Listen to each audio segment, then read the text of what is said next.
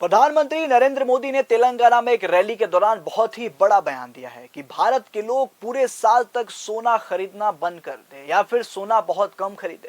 इसके पीछे का कारण क्या है? आखिर ऐसी कौन सी नौबत आ गई? क्या 2026 की शादियां बिना सोने की होंगी? इससे भारत के रुपए पर क्या प्रभाव पड़ेगा और मार्केट पर इसका क्या असर होगा? इस वीडियो में हम इन सभी पहलुओं पर बात करेंगे।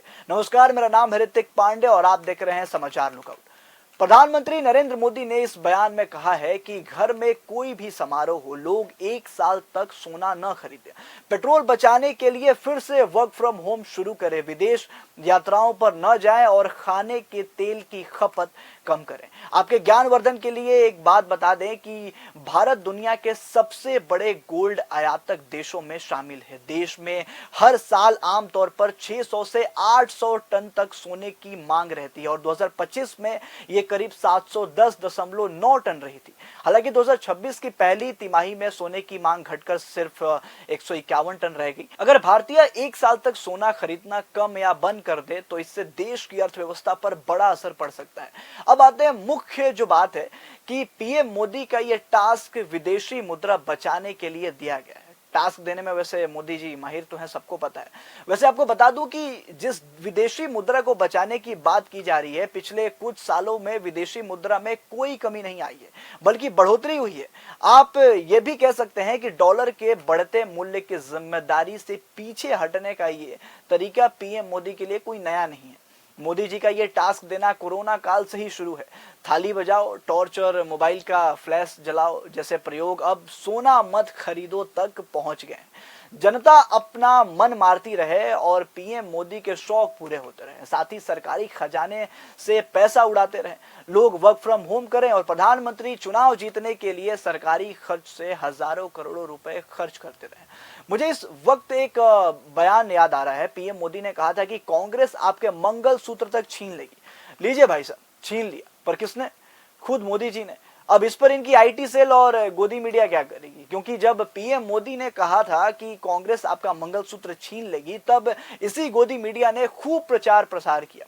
खैर, अब सोना तो वैसे भी आम लोगों की पहुंच से बाहर हो चुका है। आभूषण बनाने में प्रयोग होने वाला 22 कैरेट का प्रति 10 ग्राम सोना 1,42,083 तक पहुंच चुका है। यदि विवाह में बहन बेटियों को कम से कम 50 ग्राम का गले का एक सेट और 50 ग्राम के दोनों हाथों के कंगन दिए जाए तो कुल खर्च मेकिंग चार्ज मिलाकर लगभग 16 से 17 लाख तक पहुंच जाता है। इसके अतिरिक्त अंगूठी और एक चेन जोड़ दें तो भैया मामला तो पलट जाएगा। खर्च तकरीबन 20 से 22 लाख तक पहुंच सकता है। और ये सबसे कम से कम जेवर है जो एक माँ बाप भाई बहन अपनी बहन बेटियों को देना चाहता है। प्रधानमंत्री जी बताएं कि उनके काफिले की तमाम BMW और मर्सिडीज जैसी दर्जनों महंगी विदेशी कारें क्या विदेशी मुद्रा से नहीं खरीदी गई? फरवरी 2026 में लोकसभा में एक सवाल के लिखित जवाब में विदेश मंत्रालय ने बताया कि 2014 से 2025 तक प्रधानमंत्री की विदेशी हवाई यात्राओं पर 762 करोड़ खर्च हो चुके हैं। इन आंकड़ों के अनुसार 12 साल के अपने कार्यकाल में प्रधानमंत्री नरेंद्र मोदी ने एक साल मतलब लगभग 352 दिन तो विदेश यात्रा कर चुके हैं, विदेश में बिता चुके हैं।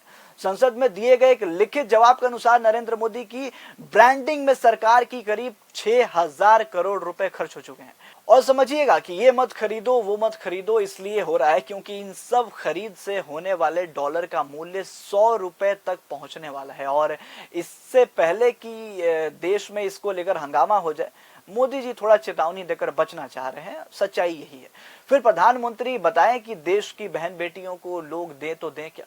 खुद की विफलताओं की सजा बहन बेटियों को क्यों भुगतना पड़ रहा है? खैर, आज के इस वीडियो में इतना ही। अगर आपके कोई भी प्रतिक्रिया हो इस वीडियो के ऊपर तो नीचे कमेंट में दीजिए। मैं ऋतिक पांडे मिलता हूं एक और नए वीडियो के साथ। देखते रहिए समाचार लुकआउट।